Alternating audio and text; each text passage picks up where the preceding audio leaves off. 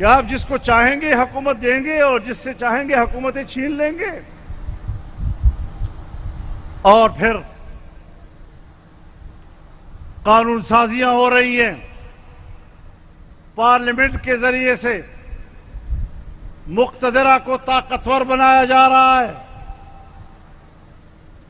اور پنجاب میں ایک نیا قانون آ رہا ہے یا آ چکا ہے، عادی مجرم کا نیا قانون آ رہا ہے. عادی مجرم کا نیا قانون جس میں ڈپٹی کمشنر کے اختیارات میں اضافہ کیا جا رہا ہے، انتظامیہ کے اختیارات میں اضافہ کیا جا رہا ہے. 1 2 یا 3 FIR ہوئے، اس کے بعد انتظامیہ آپ کو جب چاہے گرفتار کرے، جب چاہے آپ کو جیل میں ڈال دے، جب چاہے آپ کی زندگی کو محدود کر دے، جب چاہے آپ کو 4 شیڈول میں ڈال دے. آپ بتائیں کہ کیا انتظامیہ کو سزا دینے کا اختیار ہے؟ سزا دینے کا اختیار عدلیہ کو ہوا کرتا ہے، لیکن یہاں پر سزا کا اختیار انتظامیہ کو دیا جا رہا ہے. اور میں پنجاب حکومت سے بڑے احترام کے ساتھ کہنا چاہتا ہوں کہ اگر 2-4 FIR کٹنے کی وجہ سے وہ عادی مجرم ٹھہرتا ہے اور اس کو انتظامیہ جب چاہے گرفتار کر سکتا ہے، تو آنے والے مستقبل ایسے مقدمات کے لیے نواز شریف اور شہباز شریف اور زرداری کا انتظار کر رہے ہیں. یہ قانون آپ کے گلے پڑے گا. آج تم ہمارے خلاف یہ قانون بنا رہے ہو، آج تم مدارس کے خلاف یہ قانون بنا رہے ہو. تم نے یہاں نیشنل ایکشن پلان کے نام سے ایک پالیسی بنائی اور اس پالیسی میں آپ نے دینی مدارس اور مساجد اور مذہبی طبقے کو نشانہ بنایا کہ ان کی نگرانی کی جائے، تشدد کے راستے سے ان کو روکا جائے. میں نے اس میٹنگ میں احتجاج کیا، میں نے کہا اس کو ہم قبول نہیں کر سکتے. یہ ایک امتیازی قانون ہے جو مذہبی لوگوں کے خلاف ہے، لیکن ہمارے جن سیاسی پارٹیوں نے اس نیشنل ایکشن پلان کا ڈرافٹ بنایا، اس کا مسودہ تیار کیا اور اس اجلاس سے منظور کیا، آپ کو شاید مطالعہ نہیں ہے، آپ سوچتے بھی نہیں ہیں. اسی نیشنل ایکشن پلان کی زد میں وہی پارٹیاں آئیں، وہی پارٹیاں جیلوں میں گئی، انہی پارٹیوں کی حکومتیں ختم کی گئی. میں نے کہا اللہ کے فیصلے کچھ اور ہوتے ہیں. تم نے نیشنل ایکشن پلان میں لکھا کہ صوبہ خیبر پختونخوا میں آپریشن کیا جائیں، طاقت کا استعمال کیا جائے، دہشت گردی کا خاتمہ کیا جائے. لیکن تم نے بلوچستان کے بارے میں کہا کہ وہاں پر پرتشدد واقعات کو روکنے اور ایسی تنظیموں کا راستہ روکنے کے لیے بلوچستان کو حقوق دے دو، بلوچستان میں ترقیاتی کام شروع کر دو. وہاں پر جب آپ خوشحالی لائیں گے تو یہ لوگ خود بخود اپنی تحریک چھوڑ جائیں گے. ہم نے اس کی مخالفت نہیں کی، ہم نے بلوچستان کے حقوق کی تائید کی، لیکن نتیجہ کیا نکلا؟ تم نے تو ایکشن پلان پاس کر لیا. اب بتاؤ تم نے بلوچستان میں کوئی ترقی کی؟ اگر ترقی کی تو وہاں کوئی اثر ہوا؟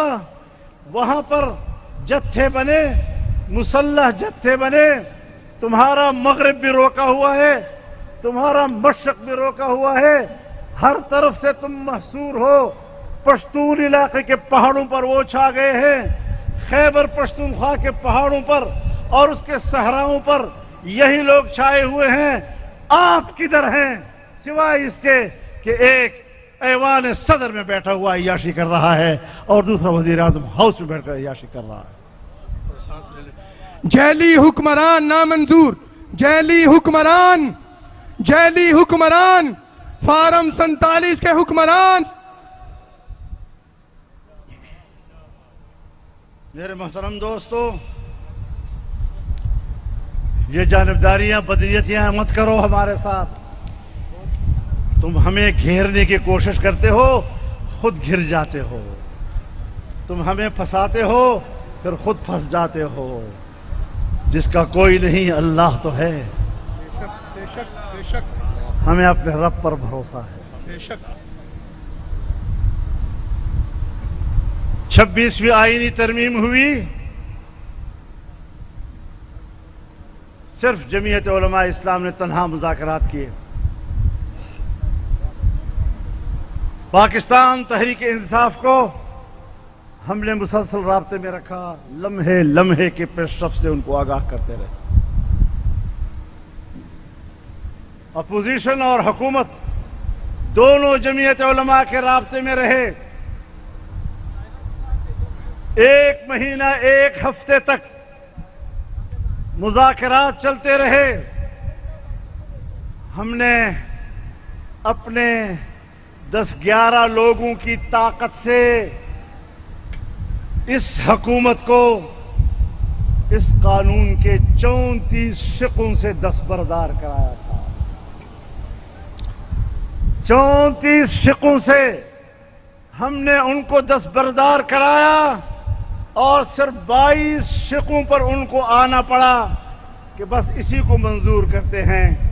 ہم نے کہا نہیں، اب ہماری چلے گی، اب ہماری چلے گی. آپ کو آنا ہوگا اس بات پر کہ پاکستان میں 1 جنوری 2028 سے ملک کے اندر سود ختم تسلیم کرنا ہوگا. اور الحمدللہ ہم نے منوایا. اسی 26ویں آئینی ترمیم میں ہم نے منوایا. اسلامی نظریاتی کونسل کی سفارشات اسمبلی میں آتے تھے، سفارش پیش ہو جاتی تھی، پتہ نہیں کس کمرے میں جا کر اس کے ملبے پڑے ہوئے ہوں گے. ہم نے آئینی ترمیم کرائی کہ نہیں، صرف پیش ہونا کافی نہیں ہے، ان سفارشات کو بحث کے لیے ایوان میں پیش کرو. اور ہم نے منوا لیا ان سے. اس وقت آئینی طور پر حکومت پابند ہے کہ وہ اسلامی نظریاتی کونسل کی سفارشات کو صرف پیش نہیں کرے گی، بحث کے لیے ایوان میں پیش کرے گی. 1.5 سال ہو گیا ہے، اس وقت تک انہوں نے ایک سفارش بھی مباحثے کے لیے ایوان میں پیش نہیں کی. یہ ہے ان کی نیک نیت. اسی بدنیتیوں سے وہ مار کھا رہے ہیں. تو جب اللہ تمہیں مار رہا ہے اور تم اپنی جال میں خود پھنستے جا رہے ہو تو پھر مجھے تمہاری کیا فکر. میں نے تو صرف اللہ کی طرف رجوع کرنا ہے. اور اس نے ہمیں سرخرو کیا. جس محاذ پر ہم گئے ہیں اللہ نے ہمیں سرخرو کیا. وفاقی شرعی عدالت کا بینچ اور وفاقی شرعی عدالت کے بینچ کا جج اپنے بینچ کا چیف جسٹس نہیں بن سکتا تھا. ہم نے ترمیم کرائی کہ شریعت بینچ کا اپنا جج اس کا چیف جسٹس بنے گا. اور پہلے قانون یہ تھا کہ اگر وفاقی شرعی عدالت ایک فیصلہ کرتی ہے اور اس کے خلاف سپریم کورٹ میں یا سپریم کورٹ اپیلیٹ بینچ میں اپیل ہو جاتی ہے تو شریعت بینچ کا فیصلہ معطل ہو جاتا ہے اور پھر کوئی حدود نہیں ہے کہ اس کے خلاف اپیل کب سنی جاتی ہے. ہم نے آئینی ترمیم کرائی اور اس میں لکھ دیا آئین میں کہ سپریم کورٹ یا اپیلیٹ بینچ وہ اس اپیل کو جو شریعت کورٹ کے فیصلے کے خلاف دائر ہوئی ہے 1 سال کے اندر اندر فیصلہ دے گی. اور اگر نہ دے سکی تو شریعت کورٹ کا فیصلہ خود بخود مؤثر ہو جائے گا. چھوٹی سی تعداد کے ساتھ حالات آتے ہیں، اللہ حالات بناتا ہے، اور ہم نے یہ کامیابیاں حاصل کی، اور اس حوالے سے دینی مدارس کی رجسٹریشن کا مسئلہ آیا تو دینی مدارس کے رجسٹریشن کا مسئلہ بھی حل ہو گیا۔ 1860 کی سوسائٹی ایکٹ کے تحت اس کی رجسٹریشن کا قانون پاس ہو گیا۔ آج بھی 1860 کی سوسائٹی ایکٹ کے تحت ہمارے مدارس کے رجسٹریشن میں رکاوٹیں ڈالی جا رہی ہیں، اور انتظامیہ رکاوٹ ڈالتی ہے، ڈپٹی کمشنر رکاوٹ ڈالتا ہے، مقامی انتظامیہ رکاوٹ ڈالتی ہے۔ کیا حق پہنچتا ہے کہ جو رجسٹریشن کا حق مجھے میرے آئین نے عطا کر دیا ہے، میرے قانون نے عطا کر دیا ہے، پارلیمنٹ نے متفقہ طور پر پاس کر لیا ہے، اس کے بعد آپ کون ہوتے ہیں کہ میرے مدارس کے رجسٹریشن کو روک رہے ہیں؟ سو مدارس تو بھی احتجاج کریں گے، یہ تو دہشت گردی پیدا کرنے والے ادارے ہیں۔ تو وہ بھی تو دینی مدرسے ہیں جو آپ کے ہیں۔ آپ کے مدرسے وہ بھی تو دینی مدرسے ہیں جو آپ کے ہیں۔ ان کے لیے تحفظات کیوں نہیں؟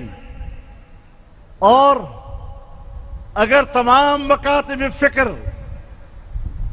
کی مدارس دینیہ اتحاد وہ متفق ہے ایک قانون پر، قانون پاس ہو چکا ہے، مدرسہ اپنے کاغذات اس قانون کے تحت لے جاتا ہے ڈپٹی کمیشن کے دفتر میں، آپ کون ہوتے ہیں کہ آپ میرے مدرسے کے محتمم کو واپس کرتے ہیں؟ آپ ان کو کہتے ہیں نہیں فلانی جگہ پر قانون رجسٹریشن کراؤ۔ بھئی ہم جہاں بھی رجسٹریشن کرائیں گے ہوں گے تو ہم دینی مدرسہ، لیکن ایک طرف آپ کہتے ہیں رجسٹریشن کراؤ اور ایک طرف ہم کہتے ہیں کہ ہم یہاں سے رجسٹریشن کرانا چاہتے ہیں۔ یہ اختیار ہمیں قانون نے دیا ہے، تم میرے اس اختیار کو مجھ سے کیسے چھین سکتے ہو؟ تو بدنیتی ہوئی یا نہیں ہوئی؟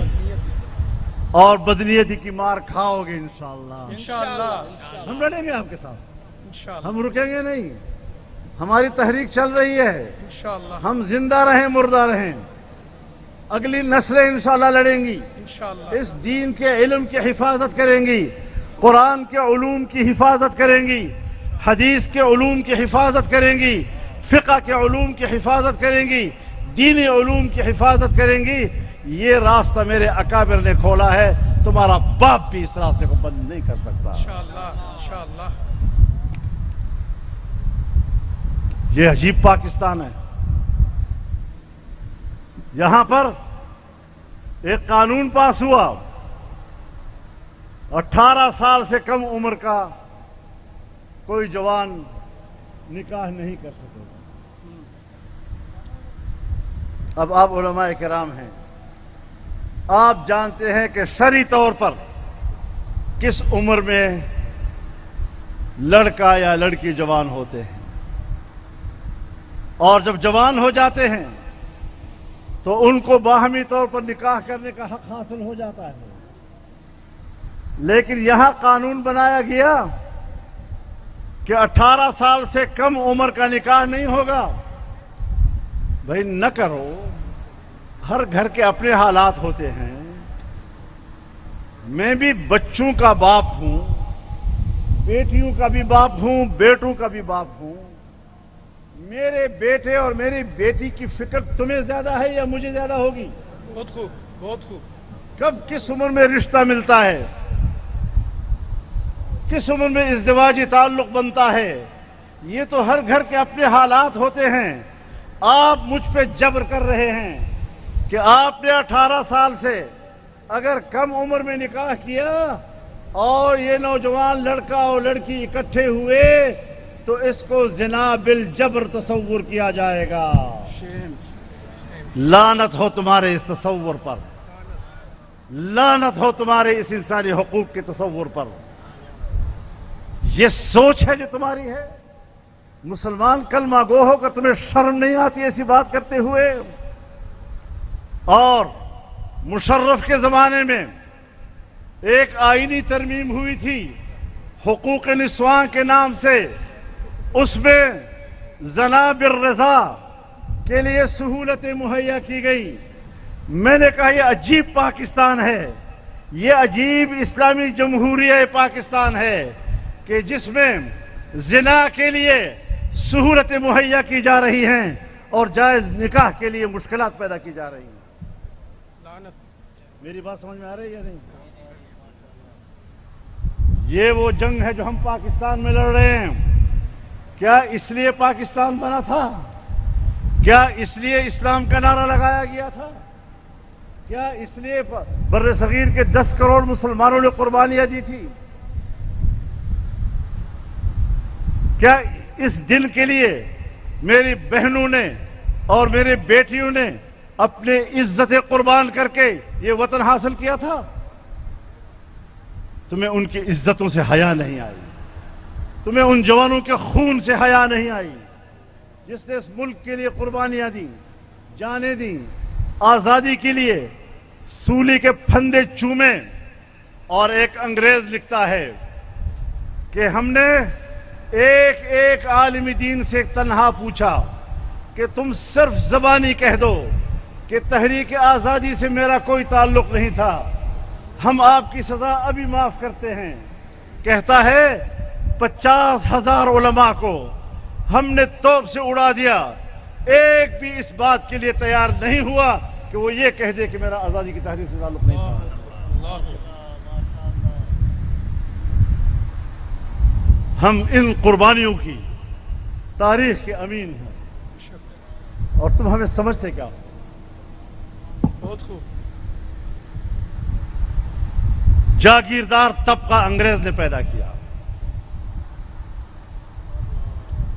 مفاد پرست طبقہ اسے نے پیدا کیا, اور آج کون ہے جو اس کو تحفظ دے رہا ہے؟ میں نہیں بتاؤں گا.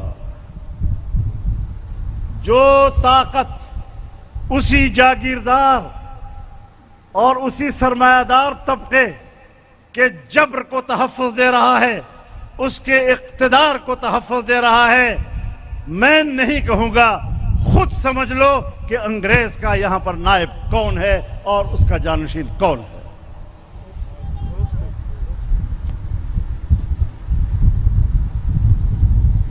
میرے محترم دوستو,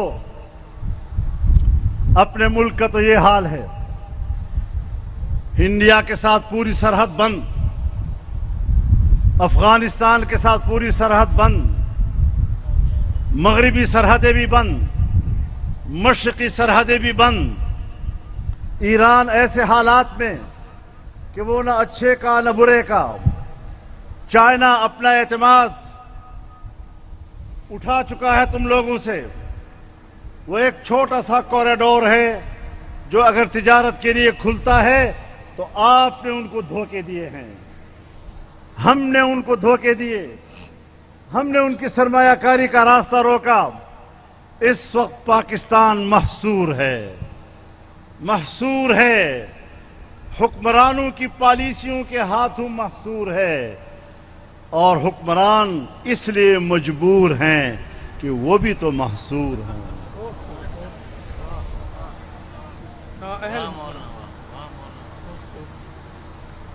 ہم حکمرانوں کی مجبوری کو جانتے ہیں, لیکن یہ کوئی بھی نوزائیدہ نہیں ہے. یہ جتنے اس وقت فیصلہ کن لوگ ہیں, فیصلہ کن قوتیں ہیں, وہ عاقل و بالغ ہیں, سمجھدار ہیں, لیکن ان کے اندر آزادی و حریت کی رمق نہیں ہے. وہ غلامانہ ذہنیت کے حامل ہیں, اور وہ کسی طاقتور ملک کے لیے پروکسی کی جنگ لڑ رہے ہیں, اپنی جنگ نہیں لڑ رہے ہیں. اگر تم افغانستان پر اعتراضات کرتے ہو, افغانستان سے مجھے بھی شکایت ہو, لیکن کچھ معاملات ہوتے ہیں جو طاقت سے حل نہیں ہوا کرتے, وہ سفارتی عمل سے حل ہوا کرتے ہیں، ڈپلومیسی سے حل ہوا کرتے ہیں۔ میں الیکشن سے پہلے گیا، جمعیت علماء کا موقر وفد لے کر 1 ہفتے میں تمام معاملات حل کر کے آ گیا۔ یہاں میں نے رپورٹ کیا، میری داد تحسین کی گئی کہ آپ نے زبردست کامیابی حاصل کی، لیکن پھر الیکشن میں اسی جماعت کو نشانہ بنایا گیا۔ یہ ہے ان کی رواداریوں کا صلہ کہ ہم ملک کے لیے کیا کرنا چاہتے ہیں، ہم ملک کو کس طرح مشکلات سے نکالنا چاہتے ہیں۔ شاید آپ نوجوانوں کو یاد نہ ہو، 2003 میں جب مشرف کی حکومت تھی، ہندوستان پاکستان کے تعلقات اس حد تک کشیدہ ہو گئے کہ ہماری زمینی رابطے ختم، ہمارے فضائی رابطے ختم، ہمارے فضائیں ان کی پروازوں کے لیے اور ان کی فضائیں ہمارے پروازوں کے لیے بند۔ وہاں کا ہمارا ہائی کمیشن، یہاں ان کا ہائی کمیشن، ایک سٹینوگرافر چلایا کرتا تھا، مکمل خالی ہو گئے تھے۔ اس وقت جمعیت علماء کا وفد گیا، 4 ارکان پر مشتمل ہمارا وفد گیا، میں ساتھ تھا۔ ہم نے وہاں 10 دن گزارے، تمام پارٹیوں سے ہم نے بات کی، اور 10 دن کے بعد واپس ہوئے۔ 4-5 مہینوں کے بعد تعلقات بحال کر دیے ہم نے۔ یہ جمعیت علماء کی کارکردگی۔ جب امریکہ نے تمہارے اوپر پابندی لگائی کہ ہم فوجی امداد اب پاکستان کو نہیں دیں گے، تو میں خارجہ امور کا چیئرمین تھا، میں نے نیو یارک میں نہیں بلکہ واشنگٹن میں امریکی وزارت خارجہ کے ساتھ بات کی۔ پاکستان کی سفیر اس وقت موجود تھی، خاتون، ہماری میٹنگ میں میرا ترجمہ وہی کیا کرتی تھی۔ ایک میٹنگ کے اندر ہم نے ان سے وہ قانون واپس لینے پر آمادہ کر دیا ان کو، اور کہا کہ یہ قانون ہم ختم کر دیں۔ تم تو ہر چیز میں اپنا مفاد ڈھونڈتے ہو۔ امریکی میرے پاس آئے اور کہا ہم پاکستان میں سرمایہ کاری کرنا چاہتے ہیں، معدنی ذخائر کی۔ ہم نے کہا کہ سرمایہ کاری سے بے نیاز تو خود امریکہ بھی نہیں ہے، سرمایہ کاری سے بے نیاز تو روس بھی نہیں ہے، چائنا بھی نہیں ہے۔ ملٹی نیشنل کمپنیاں پوری دنیا میں کام کرتی ہیں، پیسہ لگاتی ہیں۔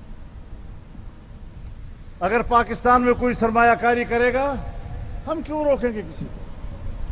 لیکن سرمایہ کاری کے لیے بین الاقوامی قوانین اور ضوابط ہیں۔ پاکستان کا اور آپ کا کھلا معاہدہ ہونا چاہیے، عوام سے خفیہ مت رکھو۔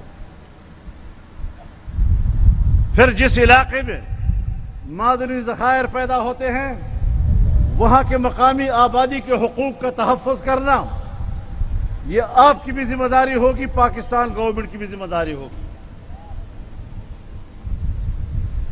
اور یہ اصول ہے۔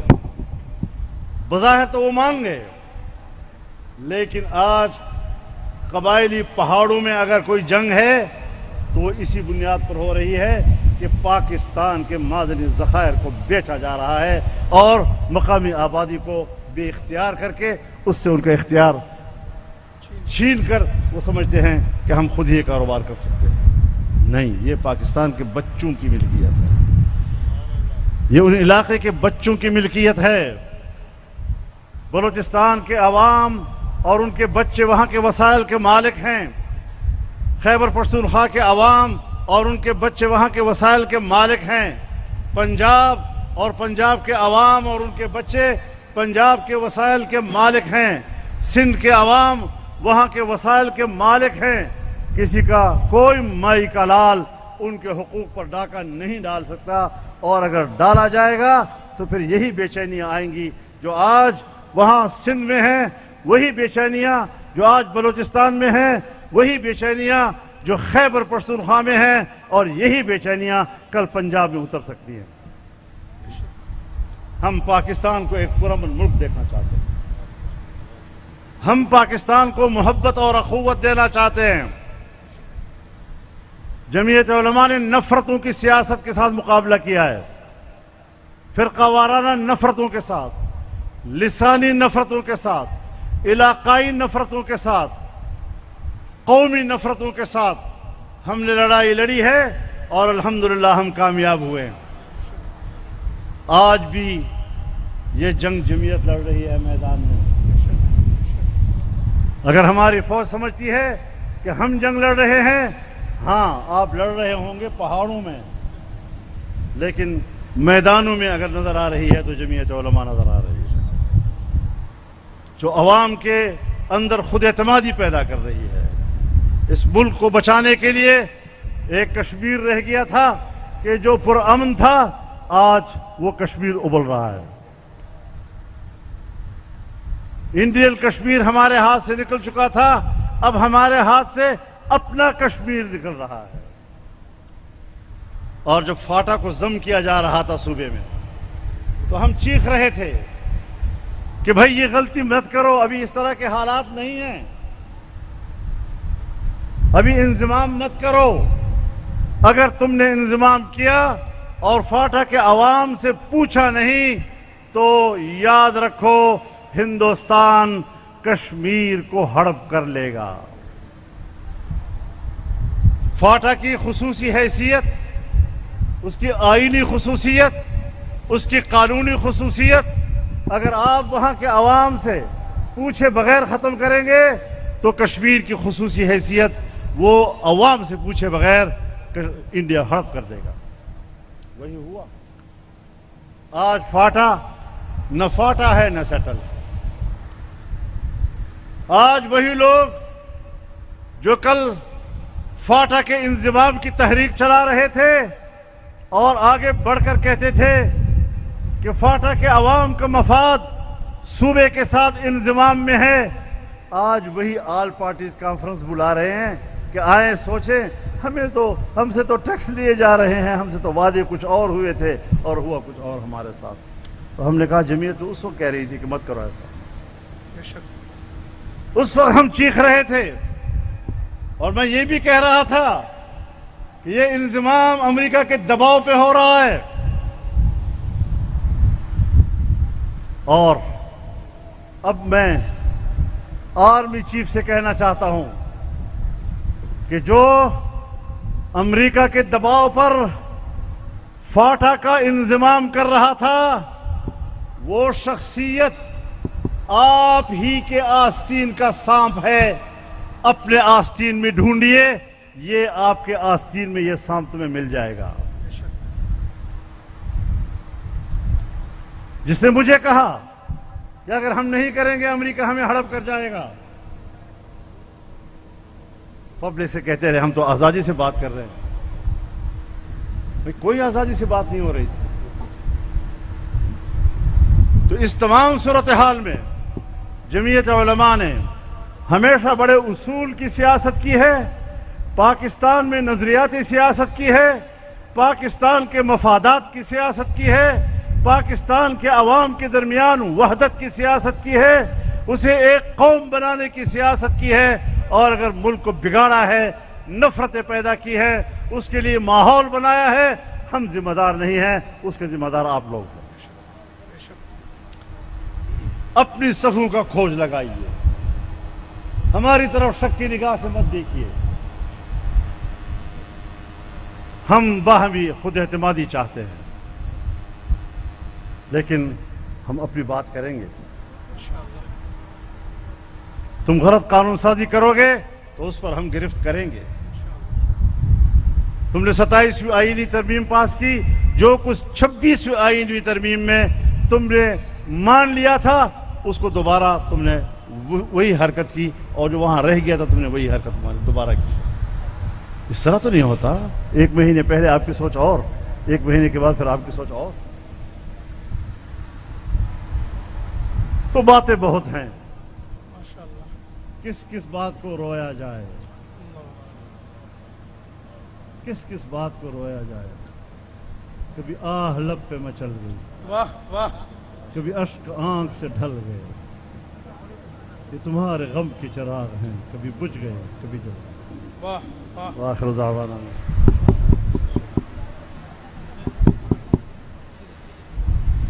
دعا کے لیے تشریف لائیں گے مفتی